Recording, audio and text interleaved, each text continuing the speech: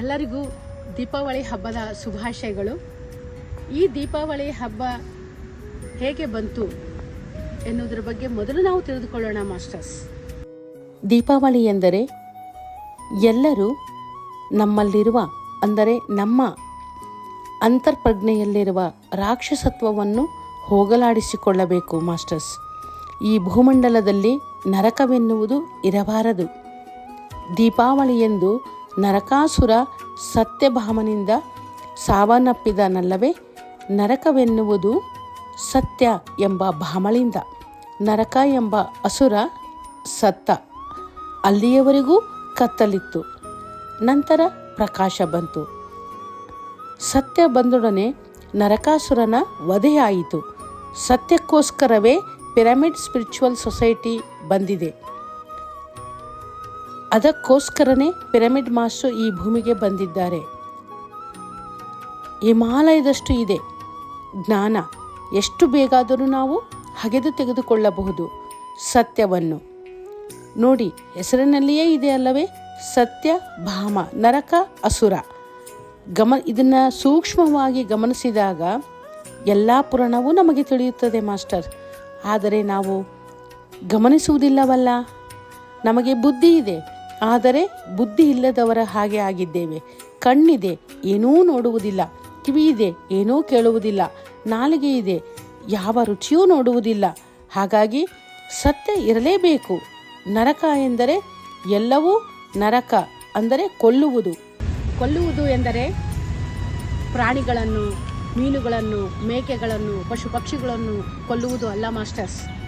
ಕೊಲ್ಲುವುದು ಎಂದರೆ ನಮ್ಮ ಅಂತರಾತ್ಮದಲ್ಲಿ ಇರುವ ರಾಕ್ಷಸನನ್ನು, ಆ ದುರ್ಗುಣಗಳನ್ನು, ಅವುಗಳನ್ನು ನಾವು ಕೊಲ್ಲಬೇಕು ಮಾಸ್ಟರ್ಸ್. ಹೊರಗಡೆ ನಾವು ಎಲ್ಲರ ಹತ್ತಿರವೂ ಚೆನ್ನಾಗಿ ಮಾತನಾಡುತ್ತಿರುತ್ತೇವೆ, ಅವರೊಂದಿಗೆ ಚೆನ್ನಾಗಿರುತ್ತೇವೆ. ಆದರೆ ಒಳಗಡೆ ಈ ನರಕಾಸುರ ಎಂಬ ಅಜ್ಞಾನ ಒಳಗೆ ಮನೆ ಮಾಡಿಕೊಂಡಿದ್ದಾನೆ.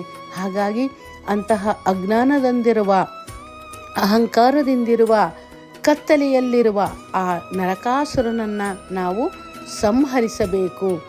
ಆಗ ನಮಗೆ ನಮ್ಮ ಜೀವನದಲ್ಲಿ ಈ ಒಂದು ಜ್ಯೋತಿಯು ಬೆಳಗುತ್ತಿದೆ. ಅದೇ ನಿಜವಾದ ದೀಪಾವಳಿಯ ಸಂದೇಶವಾಗಿದೆ ಮಾಸ್ಟರ್ಸ್. ಹಾಗಾಗಿ ನಾವು ಇಂತಹ ಒಂದು ಅಜ್ಞಾನದಲ್ಲಿರುವ ನರಕಾಸುರನನ್ನು ನಾವು ಸಂಹರಿಸಬೇಕೆಂದರೆ, ಜ್ಞಾನವೆಂಬ ಜ್ಯೋತಿ ಬೆಳಗಬೇಕಾದರೆ ನಾವು ಈಗಲೇ ಧ್ಯಾನ ಸ್ಥಿತಿಯಲ್ಲಿ ಕೂಡೋಣ. ಅಂದರೆ ಧ್ಯಾನ ಸಾಧನೆಯನ್ನು ಮಾಡಿದಾಗ ಮಾತ್ರ ನಮ್ಮಲ್ಲಿರುವ ನರಕಾಸುರನನ್ನು ನಾವು ಸಂಹರಿಸಬಹುದು ಮಾಸ್ಟರ್ಸ್. ಹಾಗಾಗಿ ಈ ದೀಪಾವಳಿಯು ಎಲ್ಲರಿಗೂ ಒಳ್ಳೆಯ ಉಜ್ವಲವಾದ ಜೀವನವನ್ನು ನೀಡಲೆಂದು ಹಾರೈಸುತ್ತೇನೆ. ಧನ್ಯವಾದಗಳು masters. Thank you.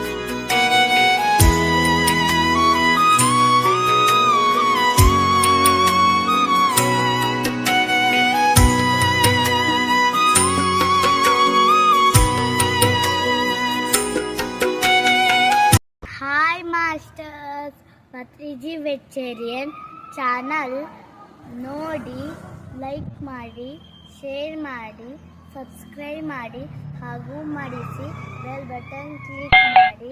Thank you.